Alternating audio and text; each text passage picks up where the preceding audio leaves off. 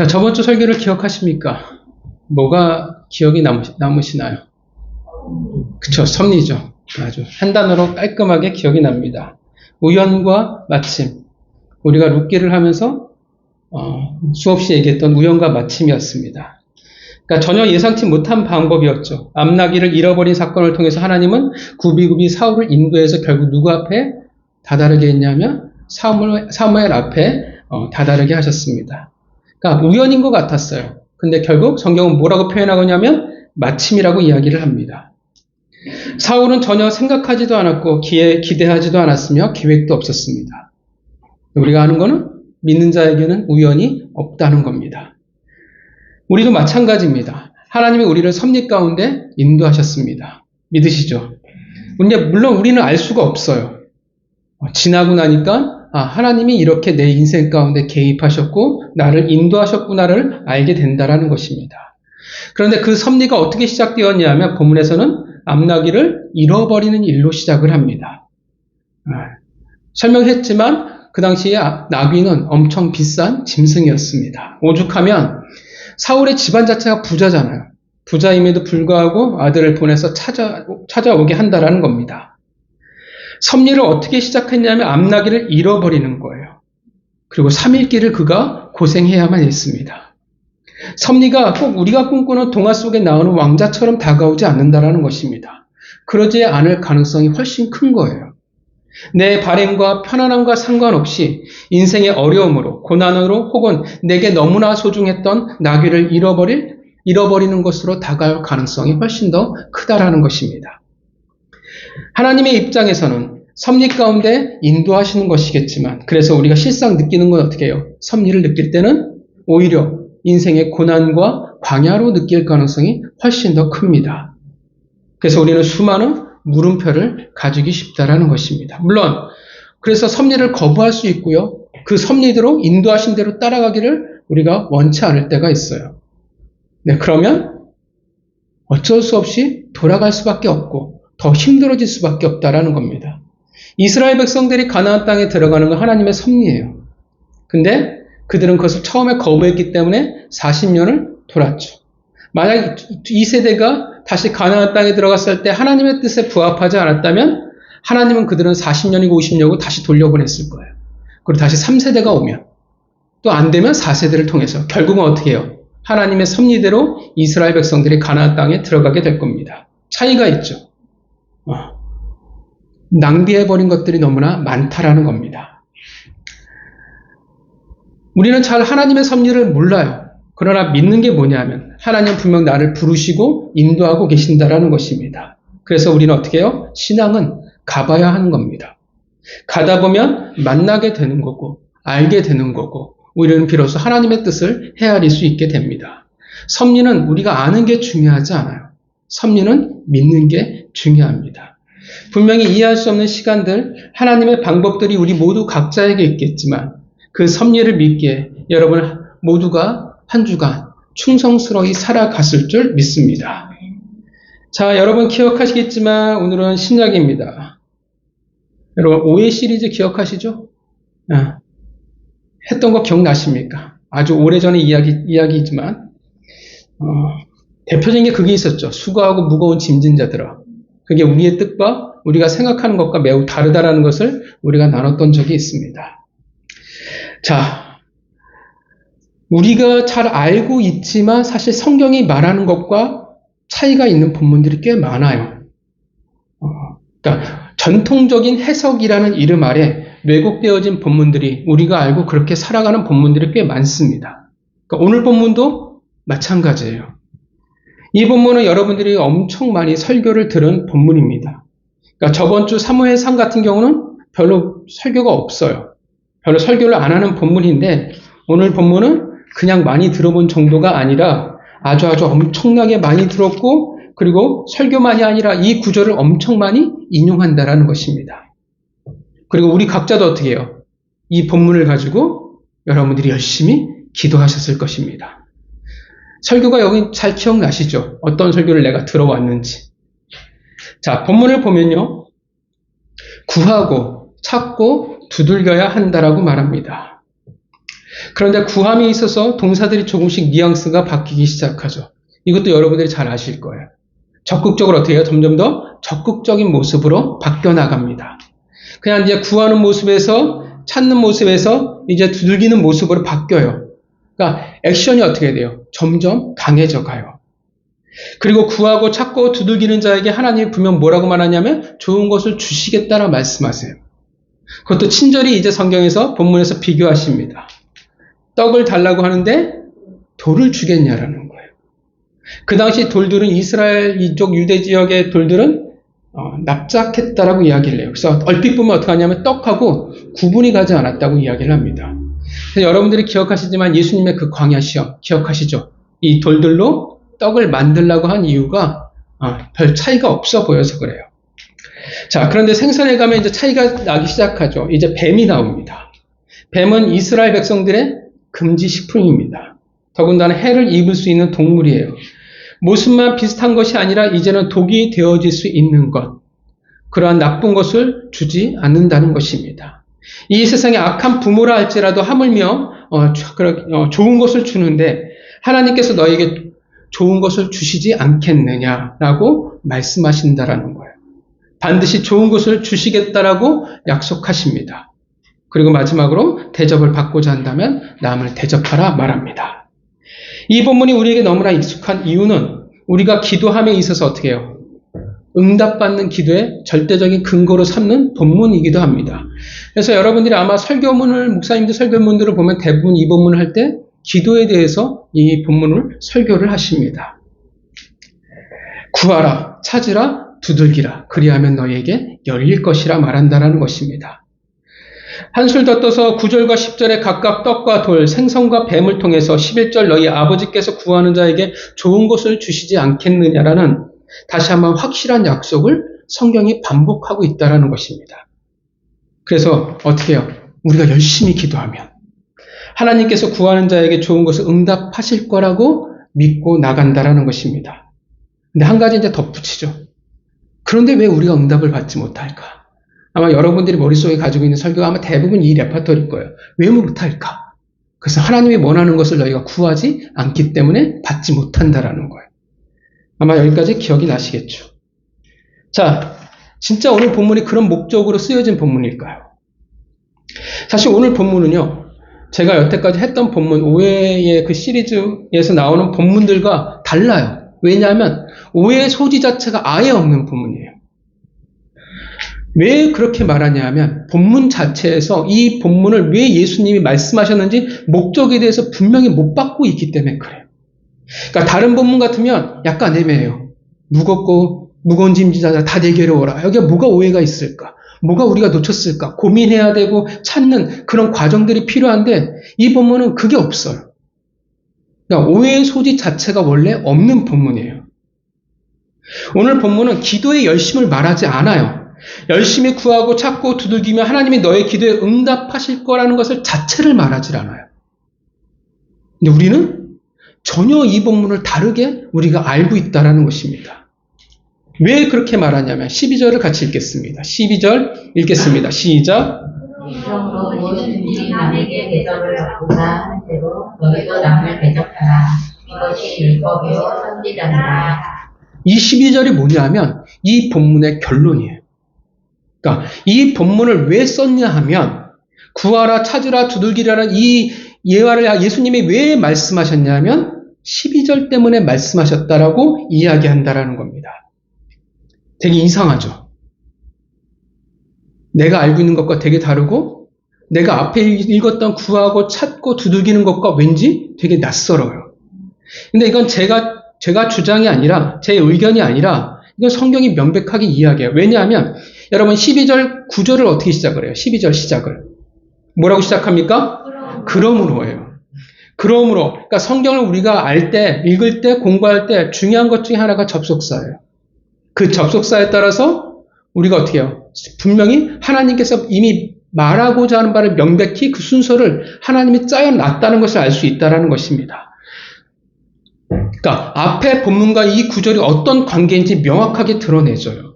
우리가 잘 알지만 이 그러므로라는 접속사가 어떤 의미입니까? 12절이 어떻게 앞 구절에 이 원인과 결과로 이어지고 있다라는 것을 말해주고 있다라는 겁니다. 즉 지금까지 봤던 열심히 구하면 뭐든지 들어줄 거야라는 본문의 결과, 원인 근거가 결국 뭐냐면 12절이에요. 12절이 어떤 내용입니까? 대접하라요. 그러니까 이 본문은 뭐에 대해서 말하고 있는 본문이에요? 그렇죠. 기도하라가 아니에요. 이 본문 자체는 예수님이 아예 뭐라고 말하냐면 기도하는 본문이 아니에요. 뭐에 말씀하고 싶은 본문입니까? 대접하는 거에 대해서 이야기하고 싶은 본문이에요. 왜냐하면 그러므로라고 명백하게 원인과 결과를 예수님이 말씀해 놨기 때문에 그렇습니다. 우리는 기도에 이 본문을 초점을 두고 있는데 예수님은 정작 남을 대접하는 것, 섬기는 것에 이 본문에 초점을 두고 있습니다. 믿어지십니까? 낯설죠, 그죠? 왠지 아마 여러분들의 마음에 받아들이기에 저항감이 있을 수도 있어요. 왜냐하면 우리는 그렇게 들어왔거든요. 그렇게 배워왔고 우리는 여태까지 그렇게 기도해 왔기 때문에 그렇습니다. 그런데 너무나도 12절이 그러므로가 정확하게 이 본문의 뜻이 뭔지, 이 본문의 의도가 뭔지를 우리에게 말해주고 있습니다. 또 하나 뭐냐 하면 11절이 있어요. 11절 같이 읽어볼까요? 읽겠습니다. 시작. 좋은 것으로 자식에게 득들할 것을 하며 하나님의 계신 너희 아버지께서 구하는 자에게 좋은 것으로 주시지 않겠느냐. 듣기만 해도 참 좋습니다. 그죠? 너무나 좋은 말씀이에요. 마치 열심히 구하는 모든 것을 주신다라고 약속하는 말씀인 것 같은데 그런데 우리가 중요한 것을 놓치고 우리가 이 구절을 우리가 알고 있기 때문에 그렇습니다. 여기에서 좋은 것이란 우리가 생각하는 좋은 것이 아니에요. 전혀 상관이 없어요. 우리가 좋은 건 뭡니까? 우리가 생각하는 좋은 것이란 내가 간절히 기도하는 것들이에요. 내가 이루고 싶은 것들, 소원들, 혹은 내 인생의 절박한 것들. 그것이 이루어지는 것이 우리는 어떻게 해요? 좋은 것이라고 생각하지만 성경은 전혀 그렇게 말하지 않습니다. 오늘 복음서의 병행 구절이 누가복음 11장 13절을 우리가 같이 읽어보겠습니다. 누가복음 11장 13절 말씀입니다. 누가복음 11장 13절에 병행 구절이라는 것은 뭐냐면 똑같은 구절, 똑같은 상황을 각각 복음서에 어떻게 해요? 따로따로 각각 기록해 놓은 것들이에요. 복음서는 이 병행 구절이 되게 중요합니다. 왜냐하면 서로가 서로를 보충해주고 답해주기 때문에 그래요. 누가복음 11장 13절 말씀입니다. 누가복음 11장 13절 말씀 읽겠습니다. 시작. 너희가 악할지라도 좋은 것을 자식에게 줄줄알거든 하며 너희 하나님 아버지께서 구하는 자에게 성령을 주시지 않겠느냐 하시니라. 똑같은 상황이에요. 근데 예수님이 뭐라고 말씀하세요? 그 좋은 게 뭐라고 명백하게 이야기해줘요. 누가복음에서는. 그쵸, 성령이에요. 성령을, 그러니까 좋은 것을 주실 거야. 마태복음에서 말한 것은 결국 뭘 말하냐면 예수님이 너희에게 좋은 것, 성령을 주실 거야 라고 말하고 있다라는 것입니다. 그러니까 우리 생각이 달라요. 우리는 내 소원을, 내 꿈을 들어주시는 것이라 생각했는데 성경은 어떻게 뭐라고 얘기해요? 아니라는 거예요. 이런 말이 되겠죠. 너희가 열심히 찾으면, 구하면, 두들기면 뭘 주신다고요? 성령을 주실 거야 라고 말씀하신다라는 것입니다. 11절과 12절을 통해서 우리에게 뭘 알려줘요? 성경이. 우리가 알고 있는 기도의 열심을 말하는 본문이 전혀 아니에요. 기도와 전혀 상관이 없는 본문이에요. 오히려 어떻게 합니까? 이거는 대접에 대해서 이야기하고자 하는 본문이라는 것입니다. 우리는 간혹 보면 전통적인 해석이라는 게 있습니다. 저희 합신 다니면서 설교 실습이 있어요. 물론 이제 학생 숫자가 많기 때문에 몇 명밖에 설교를 못 해보지만 저희 설교학 교수님 중에서 박영선 목사님이라는 분이 계십니다. 그러니까 강해 설교를 하면 그분의 책은 그냥 기본적으로 구입하는 아주 강해 설교에 있어서 되게 뛰어나신 분이세요. 아무것도 안 봐요. 어떤 분은 스피치를 보고 말에 대한 속도나 이게 높고 낮음 이런 것들을 다 체크를 하는데 그분은 아무것도 안 봐요. 더듬어도 상관없고 아무것도 상관없는데 진짜 성경을 너희가 공부했냐 아니냐만 봐요. 만약에 설교하는데 전통적인 해석을 가지고 설교하면 교수님은 욕해요. 야, 이 개 하면서 욕하세요, 진짜. 그리고 너무 열받으시면 그냥 나가버리세요. 우리가 전통적인 해석이라는 게 있어요. 말 그대로 우리가 옛날부터 들어왔던 설교 혹은 배웠던 내용들입니다. 지금도 오늘도 이 본문은 열심히 뭐로 설교가 되어지고 사용되어지냐면 기도예요. 여전히 기도로 오늘 본문은 설교가 되어집니다. 그러나 우리가 기억해야 할 것은 전통적인 해석이 꼭 옳다라고 말할 수 없다라는 겁니다. 물론 그렇다고 해서 오늘 본문을 꼭 기도로 몰아가면 다 잘못된 겁니까? 이단입니까? 아니요, 그렇게 말하기는 어려워요. 왜냐하면 설교의 폭은 굉장히 넓고요. 관점 자체는 굉장히 다양하기 때문에 그렇습니다. 그런데 중요한 건 뭐냐면 진짜 예수님이 이 본문을 말씀하셨을 때 의도가 뭐냐라는 거예요. 목적이 뭐냐라는 거예요. 그래야 말씀을 아는 거잖아요. 예수님이 말씀하신 목적과 우리가 상관없이 받아들이면 우리의 신앙은 건강할 수 없어요. 그것이 전통적인 해석이고 뭐고 예수님의 의도와 어긋나면 일단 틀린 거예요. 잘못 갈 수밖에 없다라는 것입니다. 우리는 원래 쓰신 의도대로 우리는 알아야 합니다. 그래서 전통적인 해석이라는 게 안타까운 것은 본문과 전혀 상관없이 해석되어지고 설교되어지는 게 참 많다라는 거예요. 이거는 진짜 설교자들의 실수예요. 왜 자꾸 전통적인 해석을 설교자들이 자꾸 하냐 하면 공부를 안 해서 그래요. 왜냐하면 내가 익숙하니까 이 본문을 보면 누가 보더라도 기도처럼 보여지니까 그냥 이것을 가지고 설교한다라는 것입니다. 이 선입견은 우리는 너무 강해요. 너무나 많이 들어왔기 때문에 아마 오늘 제가 설교를 끝나고 난 이후에도 여러분 가운데 계속 가슴 가운데는 기도가 남아있을 가능성이 훨씬 더 큽니다. 자, 그럼 원래 예수님이 이 본문을 말씀하셨을 때 의도와 목적이 뭘까요? 본문은 기도가 아닌 분명 뭐에 대해서 말하냐면 대접이에요. 섬김에 관한 이야기를 하고 있고 그것이 오늘 본문의 가장 중요한 목적이 되어집니다. 이건 그 누구도 다른 말을 사실은 할 수가 없습니다. 왜냐하면 성경이 분명하게 그러므로라고 말하고 있기 때문에 그렇습니다. 그렇다면 왜 예수님은 지금 대접에 대해서 섬김에 대해서 말씀하고 계실까요? 오늘 이 12절은 꽤 유명해요. 왜 유명하냐 하면 기독교 윤리에 있어서 황금율이라고 불리워지는 구절이기 때문에 그렇습니다. 그러니까 사람과 사람 사이에서의 굉장히 중요한 법 구절이 되어져요. 그게 뭐냐면 대접받고자 한다면 먼저 대접하라는 거예요. 자, 그런데 왜 이 문제를 예수님이 말씀하세요? 왜 말씀하셨냐면 당연히 뭔가 문제가 있기 때문에 말씀하세요. 사도 바울이 왜 수없이 서신서에 수많은 이야기들을 써놔요? 다 교회에 그 문제들이 있기 때문에 문제에 대한 답인 거예요. 자, 그 말은 뭐냐 하면 이 당시 유대 사회에 있어서 이 대접, 섬김이라는 것이 심각한 문제가 되었다라는 것을 말해줍니다. 지금 본문이 어떤 흐름 가운데 있냐 하면 그 당시 유대인들에 대해서 특히나 겉으로 신앙인인 척, 그러나 사실 종교인이었던 사람들, 우리가 너무나 잘 알고 있는 대표적인 바리새인들과 서기관들, 그들에 관한, 즉 외식하는 자들의 이야기라는 것입니다. 겉과 속이 다른 유대인들에 대해서 오늘 본문이 말하고 있는 거예요. 유대인들은 여러 가지 그들의 종교적인 행위에 대해서 중요시 여겼어요. 대표적인 금식하는 거, 섬기는 거, 구제 이런 걸 매우 중요시 여겼습니다. 그러니까 신앙인이라고 하면 내가 정말 제대로 신앙인이라고 한다고 하면 지켜야 할, 행해야 할 어떤 규칙들, 덕목들이 있었습니다.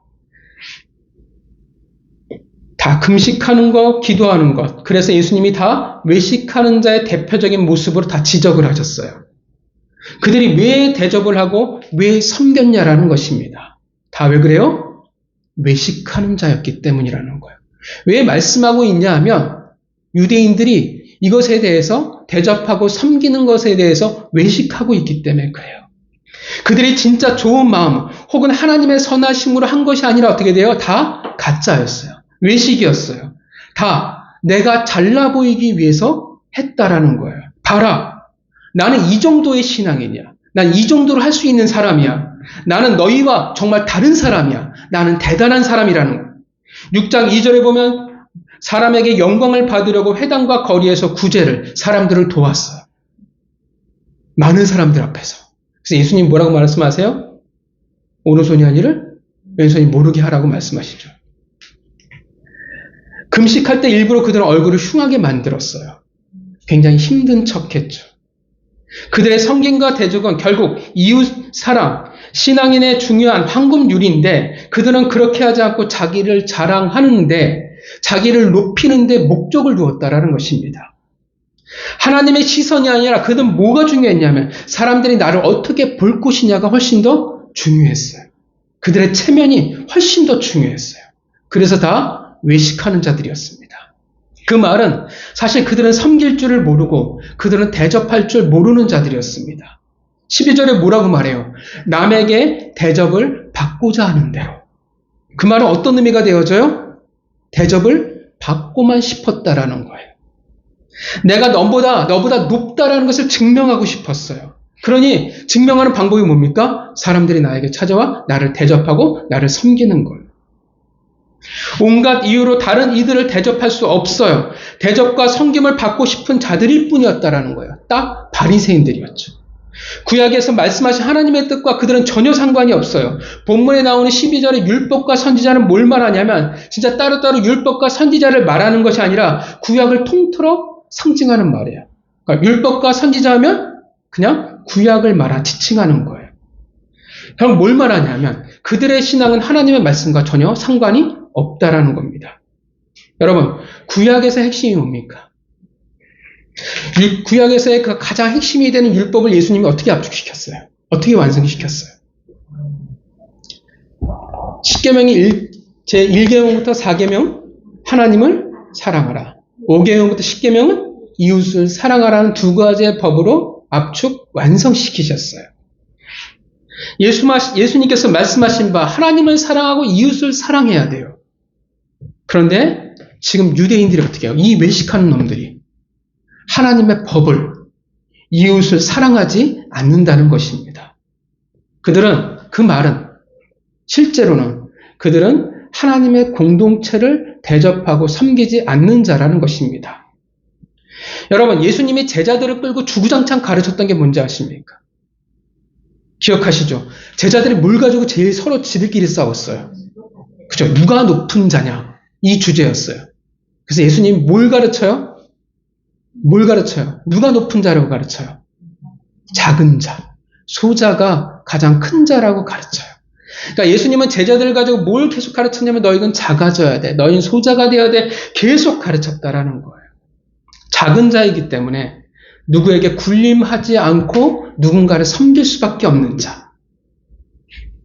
그게 왜 중요하냐면 그들이 바로 예수 그리스도를 머리로 한 그 몸된 교회를 섬기고 세워나가는 자가 될 수 있기 때문에 그래요.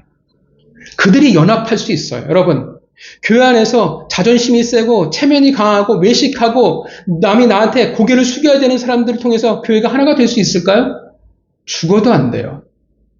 하나만 돼요. 딱 주구장창 싸워요. 끝없이 싸워요. 아무것도 아닌 거 가지고 이건 사편 저건 사편 저 장로편 집사편 가지고 서로 죽어라 싸워요. 왜냐하면 그들은 다 외식하는 자들이기 때문에 그렇습니다. 왜 이런 말씀을 하시냐면 지금 유대인들이 하나님의 백성들의 전혀 말씀과 상관이 없는 외식하는 자에 지나지 않기 때문에 그래요. 그런 그들의 심각한 신앙의 병을 가졌어요. 연합할 수가 없어요. 하나님의 나라를 만들어갈 수가 없다라는 것입니다. 그들이 하는 신앙은 결국 자랑질이에요. 대접을 받고자 하는 목적이 있었을 뿐입니다. 봐라, 나 이만큼 헌금했잖아. 나 1억 헌금했어. 그럼 사람들은 뭐라고 했어요? 와, 대단한 신앙을 가진 사람이겠구나. 나 40일 금식했어. 그럼 어떻게 해요? 와, 대단한 사람이구나. 라고 생각하잖아요. 그들은 결코 이웃을 사랑할 수가 없다라는 것입니다. 그들이 과연 하나님의 나라, 더 나아가 예수님이 만들어 가시는 그 공동체에 합당하겠냐라는 거예요. 과연 그들이 예수 그리스도를 머리로 한 그 한 몸을 만들어 갈 수 있겠냐라는 거예요.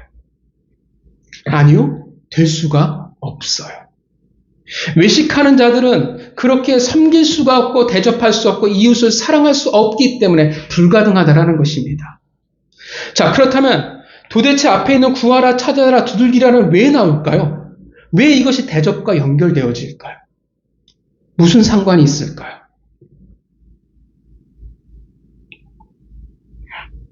자, 아까도 말씀드렸지만 여러분,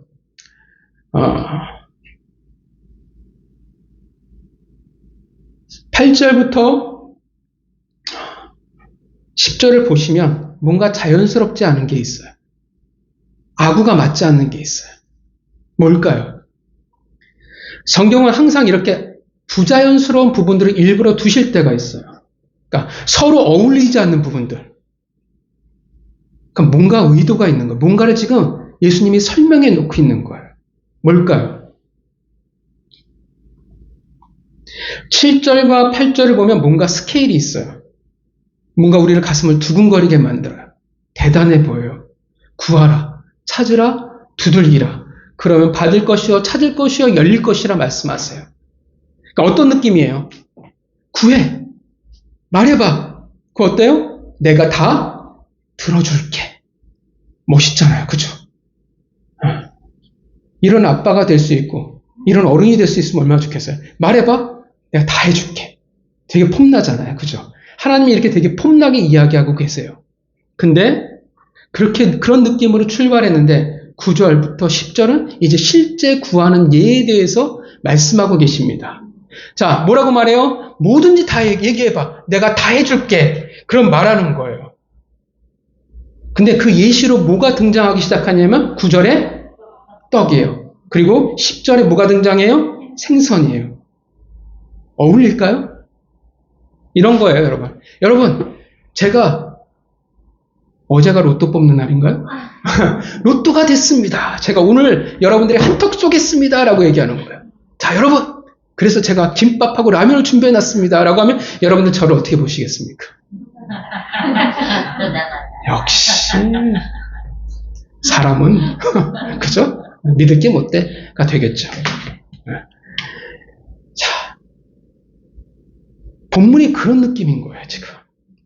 하나님 뭐라고 말씀하세요? 구하라, 찾으라, 두들기라, 그럼 내가 다 줄게라고 이야기하셨어요. 근데 정작 예시를 뭘 들고 있어요? 떡과 생선이에요. 여러분 이상하지 않아요? 기껏 폼나게 다 구하라고 얘기해놓고서 떡과 생선이 뭐냐라는 거예요. 쪼잔하게. 떡과 생선은 대단한 게 아니에요. 유대인들이 그냥 먹는 식사예요. 떡과 생선 기억하시죠? 오병이어의 기적. 그죠? 그냥 그 떡과 생선이에요. 물론 거기 소년이 들고 있는 떡은 보리떡이라서 이 떡보다 더 수준이 낮은 떡이지만 그냥 이거 일반 사람들이 먹는 음식이라는 것입니다. 잘 사는 자들이 아니에요. 그냥 평범한 사람들의 하루의 식사였어요. 여러분 다 구하라, 다 들어줄 거야 라고 하면 그런 느낌이라고 하면 본문을 어떻게 원래 써야 맞을까요? 좀 좋은 것으로, 고급한 것으로 예를 들어야 되죠. 이렇게 해야죠. 자식이 황금을 달라고 하면 내가 돌을 주겠느냐. 폼이 나잖아요. 뭔가 다르잖아요. 자식이 한우 2플러스 달라고 하면 내가 뱀을 주겠느냐라고 뭔가 이렇게 달라야 되잖아요. 훨씬 더 고급져야 되잖아요. 그게 어울리잖아요. 예수님이 말씀하신 의도와 좋은 것을, 고급한 것을 예시를 둬야 되는데 건강과 성공과 부와 명예, 우리의 간절한 소원들, 그럼 구하라, 그럼 너희 모든 것을 내가 다 들어줄 거야 라고 말씀하시는데 왜 갑자기 떡과 생선이냐는 거예요. 왜 갑자기 하나님이 소심해졌을까요? 막상 이야기했는데 갑자기 아까워졌을까요? 지금 복음서가 4복음서 중에서 마태복음이에요.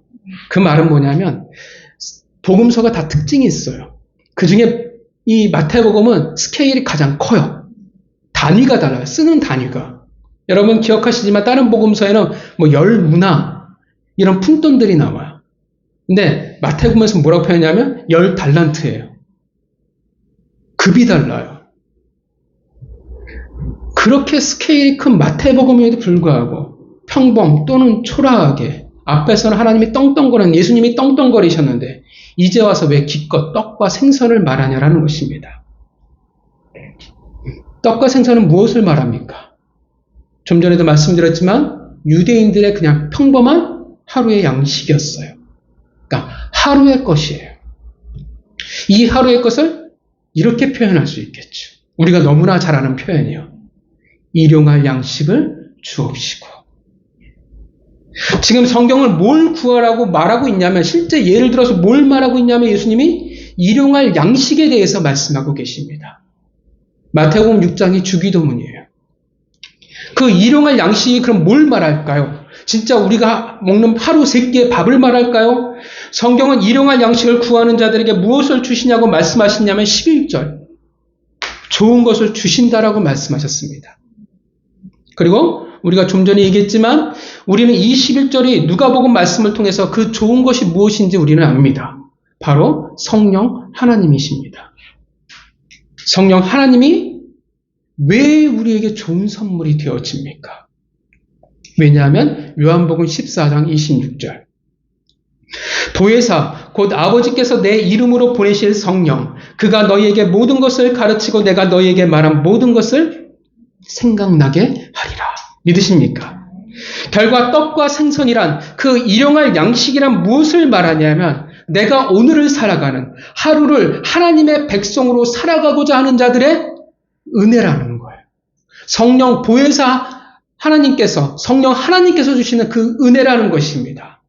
그럼 어떤 말이 되어져요? 그 하루의 은혜를 너희가 구하고 찾고 두들겨야 한다라고 말하고 있다라는 것입니다.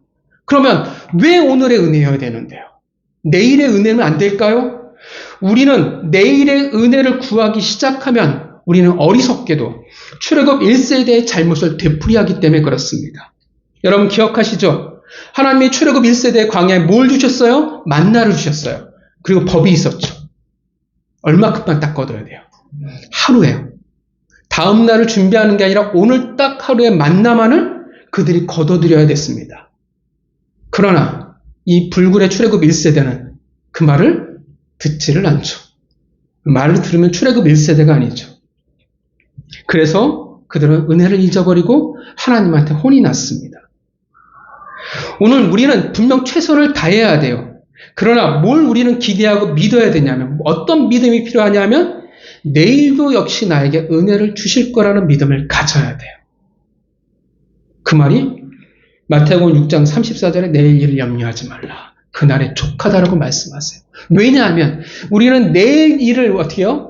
우리가 끌고 오기 시작하면, 그러니까 내일을 준비하지 않는다라는 단어가 아니에요. 내일을 우리는 최선을 다해서 준비하는데 내일 주신 은혜가 있다라는 것을 믿지 않고 어떻게 돼요?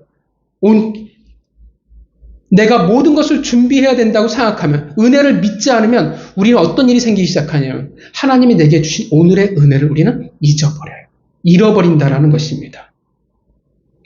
우리는 오늘 우리에게 주신 은혜로 오늘 하루를 살아가는 존재입니다. 하나님의 백성은 은혜로 그렇게 살아가는 거예요. 은혜는 무조건 우리에게 좋은 선물이 되어집니다. 왜냐하면 우리의 삶을 전혀 다르게 바꿔주기 때문에 그렇습니다. 우리의 삶이 정말 가치 있는 삶으로 바꿔주게 돼요. 그래서 어떻게 돼요? 내 상황은 여전히 암울해요. 내일은 여전히 깜깜해요. 답이 없어요. 그 상황을, 내일을, 그런데 그 은혜가 이길 수 있게, 이겨낼 수 있게 만들어준다라는 것입니다. 상황은 어떻게 해요? 답이 없는데 은혜가 있으면 그 상황에 우리가 우겨싸움을 당하지 않게 된다라는 것입니다. 왠지 모르겠는데 어떻게 해요? 은혜를 받으면. 여러분 경험이 있잖아요. 어떻게 해요? 행복해요. 남들이 보면 바보 같아 보이는데, 멍청해 보이는데, 오늘 하나님이 내게 주신 그 은혜가 나로 하여금 왠지 벅차오르게 만든다는 것입니다. 하루를 살아갈 용기가 생겨요. 없어도 어떻게 살아갈 수 있노라는 믿음이 생긴다라는 것입니다. 분명 나는 병들었고 나는 돈이 없고 그래서 분명 나는 힘든데 슬픈 게 그게 맞는데 그래도 은혜가 있으면 버텨요. 그래도 살아갈 수 있게 되어진다라는 것입니다. 은혜가 있으면 그 상황 속에서도 하나님을 바라볼 수 있게 되어집니다. 사실 상황에 우겨싸움을 당하면 우리는 마음이 넉넉할 수가 없잖아요. 수많은 먹구름이 우리 가운데 가득할 수밖에 없는데 미친놈처럼 넉넉해져요. 은혜가 가득하면 그래서 말랑말랑해요. 성질이 안 나요. 누가 나한테 뭐라고 해도 웃으면서 넘어갈 수 있어요. 정말 우리가 수없이 찬양했지만 세상이 줄 수 없는 평안이, 그 샬롬이 나와 함께하게 된다라는 것입니다. 은혜는 하나님이 우리에게 주시는 놀라운 선물이자 놀라운 신비입니다. 믿으십니까? 여러분, 돈을 아무리 많이 가지고 있다고 해서, 내가 건강하다고 해서, 내가 세상에서 출세해서 높은 자리에 있다고 해서 평화롭다고 말씀할 수 있을까요? 평안하다고 이야기할 수 있을까요? 은혜롭다고 말할 수 있을까요? 그렇지 않다라는 거예요. 많은 것을 가지고 있지만 오히려 여전히 내일을 염려하며 살아가는 그 사람들이 얼마나 많은지 모른다라는 것입니다. 부자이지만 여전히 불안해요. 그래서 여전히 그 심령이 딱딱해요. 딱딱해요. 그러니까 어떻게 해요? 남을 대접할 줄도 모르고 섬길 줄도 모른다라는 거예요. 오히려 대접만을 받고 싶습니다. 왜냐하면 내가 소자일 필요가 없으니까. 내 자존심이 그걸 인정하지 않으니까. 감히 누가 나에게 뭐라고 할 수 있겠어요? 심지어 어떻게 해요? 목회자가 뭐라고 권면해도 그게 싫어요. 받아들일 수가 없어요. 감히 니까짓 게 뭔데? 필연적으로 흉내는 낼 수는 있겠지 모르겠지만 작은 자가 되어서 대접할 수 없고 섬길 수가 없다라는 것입니다. 결국은 모모하는 척이 될 수밖에 없는 외식하는 자가 될 수밖에 없습니다. 물론 반문할 수 있어요. 아니요. 돈이 많아요. 돈이 많은데 저는 밥을 잘 삽니다. 저는 남을 정말 잘 대접할 줄 알아요. 저는 저희 교회 모든 성도들한테 한 번씩 다 밥을 대접했어요. 그런데 12절에 말하는 대접은 대접하는 척, 섬기는 척을 말하는 게 아니에요. 12절의 대접은 섬기는 것을 말하는 거예요. 그 섬김은 누가 가능하냐 하면 소자가 가능해요. 작은 자만이 정말 내가 하나님의 은혜를 가져서 내가 정말 아무것도 아니구나 깨닫고 낮아진 자들만이 진짜 섬김이 가능하다라는 것입니다. 그건 은혜를 가진 자만이 가능한 거예요. 여러분, 은혜가 넉넉하면 어떻게 되어져요? 교만해질까요? 목이 뻣뻣해질까요? 아니요. 겸손해질 수밖에 없어요. 내가 겸손해야지, 오늘 낮아져야지가 아니라 내가 은혜를 받으면 어떻게 해요? 그냥 내가 낮아질 수밖에 없어요. 나의 나된 것은 다 어떻게 해요? 내가 한 것이 아니라 하나님이 하셨다는 것을 깨달았는데 하나님의 은혜라는 것을 알았기 때문에 그렇다라는 겁니다. 자신의 한계를 내 별 볼 일 없음을 깨달았기 때문에 그래요. 나의 가치를 내가 가진 것이 아니라 하나님이 주신 것으로 이제 헤아리기 시작하는 거예요. 내가 재산이 100억을 가져서 난 정말 대단한 사람이야. 그 모든 사람이 나를 우러러봐야가 아니라 그 100억의 가치를 둔 게 아니라 하나님이 나에게 주신 것의 가치를 가지기 시작합니다. 그래서 은혜는 사람을 작게 만들어요. 작은 자로 만들어요. 넉넉하게 만들어주고요. 은혜는 말랑말랑하게 만들어줍니다. 그래서 진심으로 고개를 숙일 수 있어요. 진심으로 섬길 수 있어요. 내가 교회에서 누군데 감히 나한테 이걸 시켜가 아니라 스스로 어때요? 빗자루를 잡고 화장실을 청소해도 그게 아무 문제가 되지 않아요. 그것조차도 기뻐요.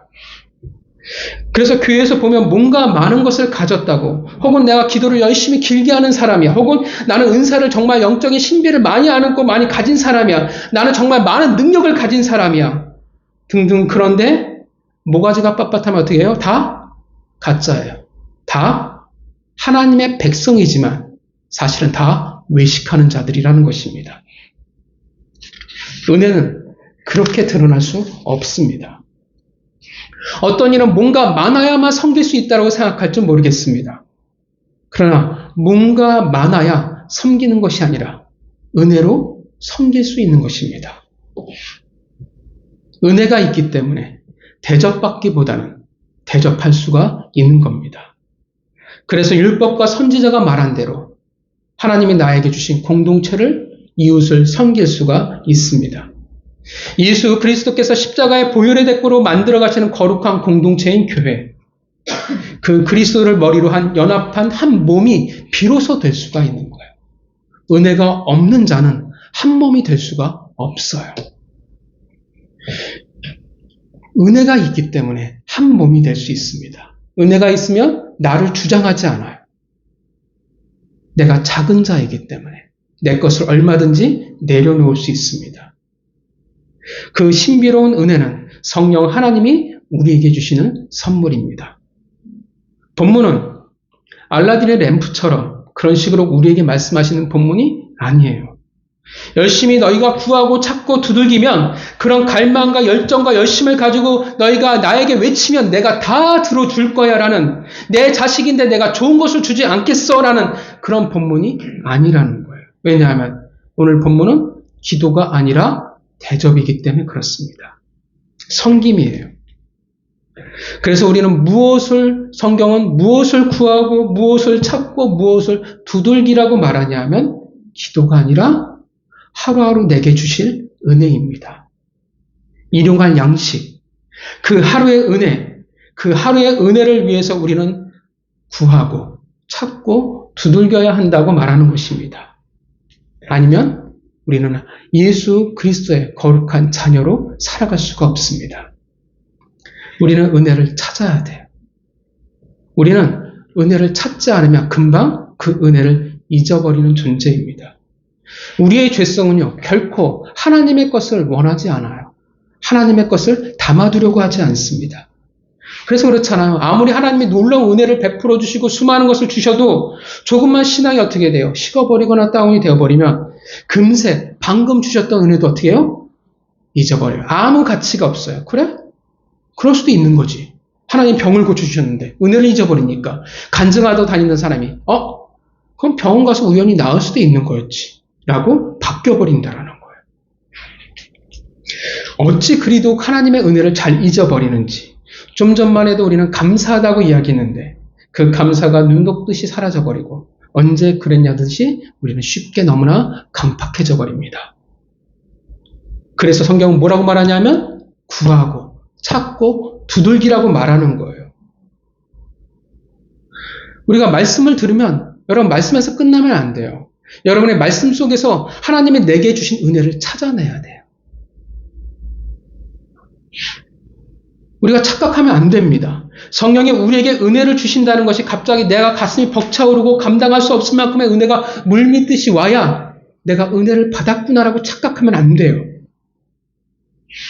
그럴 경우도 있지만 대개 그렇게 하시지 않아요. 본문도 그러잖아요. 황금이 아니라 생선하고 떡이잖아요. 그냥 소소해요. 그냥 일상적이에요. 특별하지 않아요. 여러분, 그 소소하고 일상적인 그 삶 속에서 여러분이 찾아내야 돼요.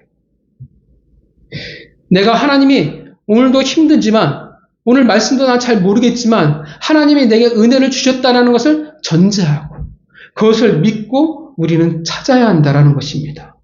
구하고 찾고 두들겨라. 점점 적극적이잖아요. 적극적으로 은혜를 찾아야만 합니다.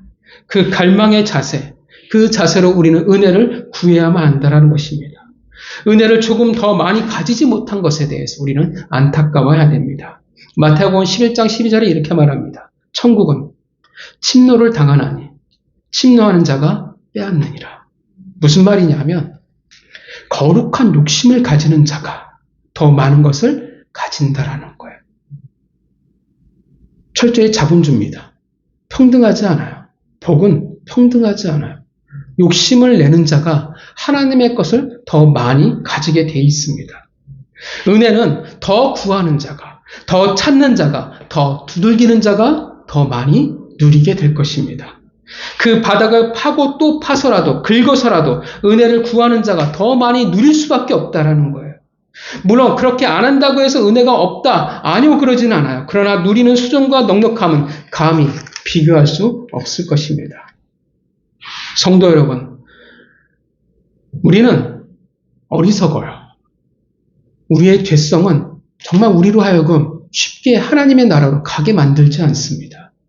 우리는 하루의 양식, 그 은혜를 구하기보다는 우리는 뭘 구하냐면 사실 돌과 뱀을 구하는 자들이에요.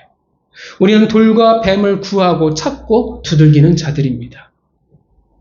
은혜가 아닌데 오히려 가치가 없고 독일 뿐인데 우리는 그것에 가치가 있다고 생각을 합니다. 그것이 이루어지지 않는 것에 대해서 오히려 우리는 원망하고 우리는 불평합니다. 우리는 은혜를 별 상관없이 생각한다라는 거예요. 물론 오해하지 마십시오. 돈이 없고 건강이 없는 것이 아니에요. 은혜가 없다라는 거예요. 여러분, 결국 외식하는 자들은, 은혜가 없는 자들은 모양새만이 있을 수밖에 없습니다. 결국 그들은 이웃을 사랑하기가 쉽지 않습니다. 여러분, 성경에서 말하는 이웃이 정말 나하고 친한 사람일까요? 이웃사촌이라고 이야기하지만 그건 세상 이야기고, 우리가 섭리 얘기했잖아요. 정말 뭘 얘기했냐면 우리가 교회를 선택한 것이 아니라 하나님이 여러분들을 이 교회로 선택하신 겁니다. 믿으십니까? 그건 뭐냐면 친함이라는 인간적인 관계를 근거로 이곳에 여러분들을 부르시지 않았다라는 거. 그 말은 이곳에 여러분들의 대적이 있을 수 있다라는 거예요. 그래서 그러잖아요. 저 집사만 하면 내가 교회 다닐 텐데. 우리가 이렇게 말할 수밖에 없어요. 교회는 구조 자체가 그래요. 그래서 은혜가 있어야 돼요. 은혜가 있으니까 내가 숙일 수 있고 사랑할 수 있게 되는 거예요. 성도끼리 사이가 어떻게 좋을 수 있어요? 교회 우리가 경험해봤잖아요. 교회는 전쟁터예요. 끊임없이 싸워요. 마치 우리 아이들이 은서하고 은호가 수시로 일러바치고 싸우는 것이 교회도 똑같아요. 대단한 이유로 싸우지 않아요. 하나님의 나라를 위해서 싸우지 않아요. 서로의 자존심을 위해서 끊임없이 다투는 것이 교회예요. 그런데 그 교회가 왜 한 몸이 될 수 있는 가능성이 있냐면 은혜가 있기 때문에 그렇습니다. 어떤 은혜를 말하여 하늘에서 폭풍우처럼 쏟아지는 은혜가 아니라 하루하루에 일용할 양식입니다. 하루하루의 은혜예요. 소소해 보이고 별 볼 일 없는 일상의 은혜입니다. 그래서 여러분, 은혜를 우리는 구하고 찾고 두들겨야 합니다.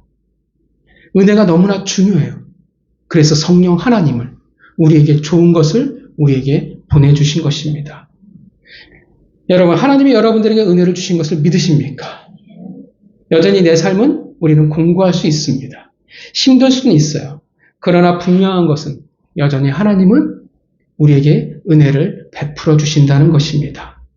물론 내가 원하는 돌과 뱀은 분명 아니겠지만 그 일용할 양식을, 그 은혜를 구하고 찾고 두들기시기를 바랍니다.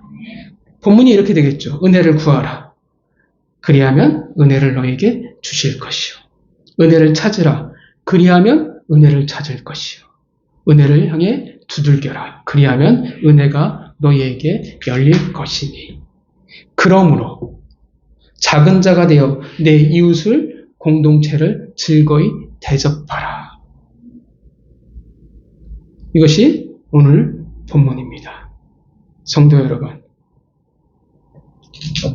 철판에 달라붙은 누룽지를 긁어내듯이 제일 맛있잖아요.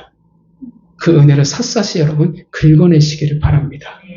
한 주간 하나님의 그 은혜를 여러분들이 구하고 찾고 두들기면서 살아가시기를, 그러하게 그 누구보다도 이웃을, 공동체를 즐거이 대접할 수 있는 은혜의 통로가 되시기를 주님의 이름으로 축원합니다. 기도하겠습니다.